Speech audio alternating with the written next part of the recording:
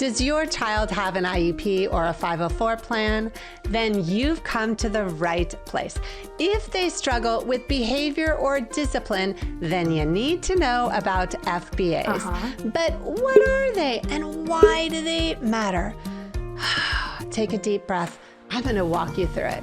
That's why inside this video, I'm taking you behind the scenes of FBAs so you know what they look like, when your school must do it, and most importantly, how to get one started for your child so you can advocate like a pro. What's up? I'm April Rarig, your special education advocate to make IEPs and 504 plans so much easier. If you're new here, go ahead and click on that subscribe button to get more videos like this in your inbox. And check us out on Instagram at Rise Ed Advocacy. Before we start talking about FBAs, we first need to talk about special education. Individual education plans, also known as programs, are regulated under what's called IDA law. The problem is when you go to an IEP, there's a ton of federal, state, and local policies and provisions that your school must follow. This is especially challenging when it comes to special education assessments, and more often than not, most challenging when it comes to FBAs. Take a deep breath. I'm going to walk you through it. That's why I'm so excited that you're watching this video. Make sure to keep watching into the very end, where I'm going to give my favorite resource to make your FBA so much better. To get things started, go ahead and check out my playlist on IEP testing that really digs in when it comes to special education assessments, so you know how to get it, how to get started, and how to read and write any special education assessment. Grab that link in the description box below. So let's dive right in. The first thing we need to talk about is, what is an FBA? The acronym stands for Functional Behavior Assessment. And in a nutshell, an FBA is an evaluation for either an IEP or a 504 plan. Wait, did you hear that correctly? Yes, it's true. Pro tip. You can get an FBA if your child has a 504 plan. Did you know that? The purpose of an FBA is to identify the triggers or function of why a behavior occurs. The other purpose is to develop behavior supports for data-based decision-making. So now you know what is an FBA. Let's dive into why schools do them. Generally speaking, there's going to be 4 reasons why your school must do an FBA. The first reason why a school must do an FBA is as a special education assessment if your IEP team or you feels that behavior impedes your child's learning or those of other students. Number 2, your school must do an FBA if new behavior concerns arrive. What am I talking about? I'm talking about that if your child has an IEP or a 504 plan, your school must do an FBA if their behavior is going to impair their learning, meaning they're being denied free, appropriate public education, also known as FAPE. Number 3, your school must do an FBA in certain discipline situations, especially those involving law enforcement, weapons, drugs, or if your child is causing serious bodily injury to someone else. And number 4, your IEP or 504 team must do an FBA before they talk about changing a significant change in placement for your child because of their behavior. What am I saying? I'm saying that an FBA must be done before they change a placement inside the IEP for a more restrictive setting, or do a modified day or a shortened day if your child has a 504 plan. This is why all your communication needs to be in writing from here on out. To make your journey easier, go ahead and check out my first free guide, The 6 Pillars of Written Communication, that shows you how to do an awesome email and how to document all of your child's learning needs when it comes to behavior or any other struggles at the IEP or the 504 table. Grab that link in the description box below. So now you know what is an FBA and when your school must do it. Let's take a deep dive and go into what an FBA looks like. So in a nutshell, an FBA is going to have 5 very specific parts or steps. Let's dive in. Part 1 of your FBA is going to be your assessors are going to define and prioritize what's called the target behaviors. This is also known in the special education world as the reason for referral. Part 2 means your assessors are going to be collecting data. What am I talking about? I'm talking about something called antecedents, behavior, and consequences, also known as the ABCs of behavior. So this could be doing data, it could be doing collections, it could be doing rating scales, it could be observations. Basically, they need to see exactly what your child is doing and what it looks like. One of the biggest things that your team is going to look at is called prompting or cueing. What am I talking about? I'm talking about that when they observe, when they take data, when they make observations of your child, they're going to be looking at the degree, frequency, and intensity of what supports your child needs.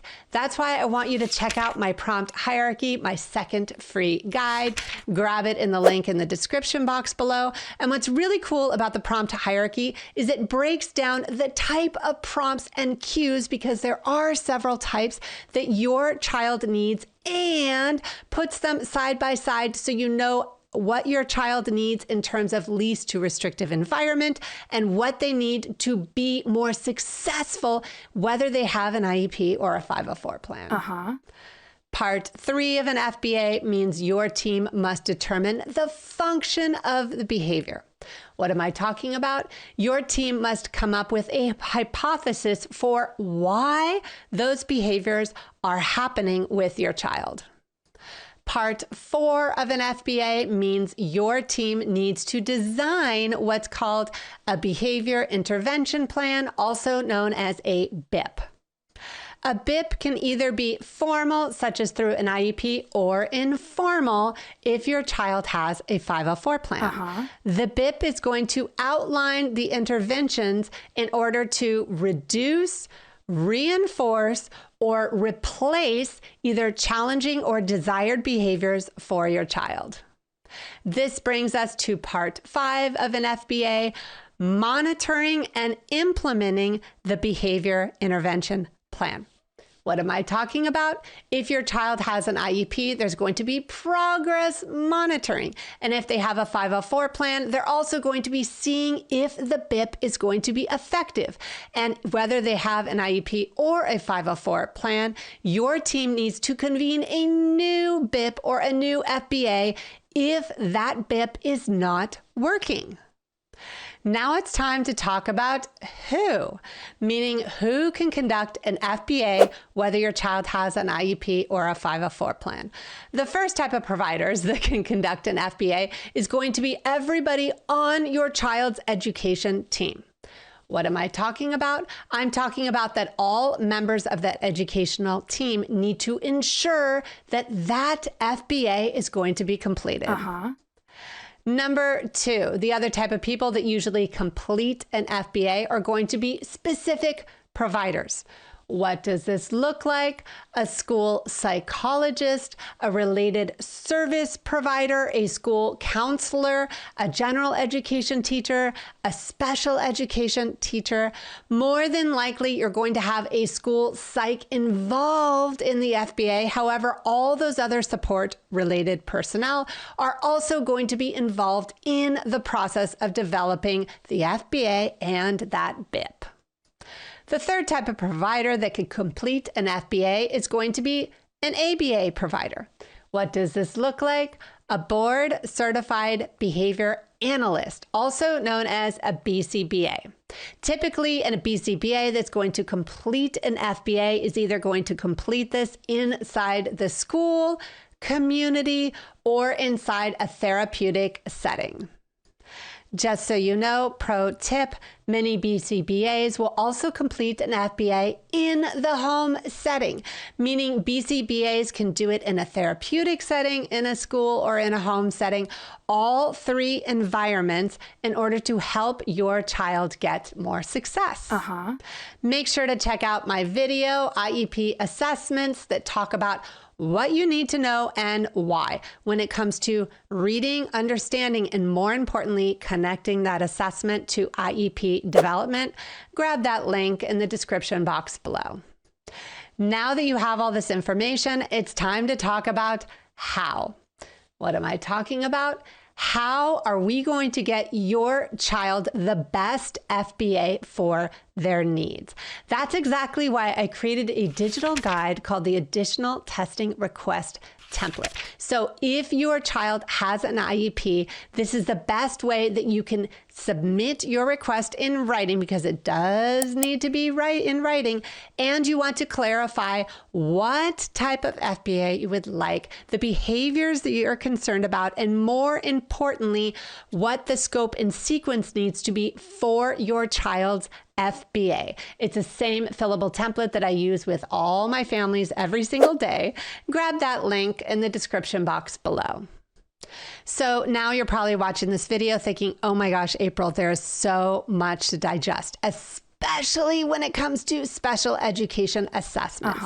That's exactly why I created a do-it-yourself IEP workshop that's all about special education assessments that guide you through how to get started, how to read them, how to navigate through all the different parts when it comes to standardized test scores, and most importantly, so as a parent, as a provider, or even as a BCBA, you can make your special education assessments so much easier to write and understand to get kids the support that they need. Make sure to grab that link in the description box below. So now you know so much more when it comes to FBAs. Do you have a question? Make sure to put it in the description box below. Do you want me to expand on more and do more videos about FBAs? Yep, put it there too. Grab all those links in the description box below so that you can get the FBA or the supports or services that your child or student deserves. Like and subscribe to get more videos like this in your inbox, and check us out on Instagram at Advocacy. I'm April Rarig, your special education advocate. I can't wait to see you for our next video.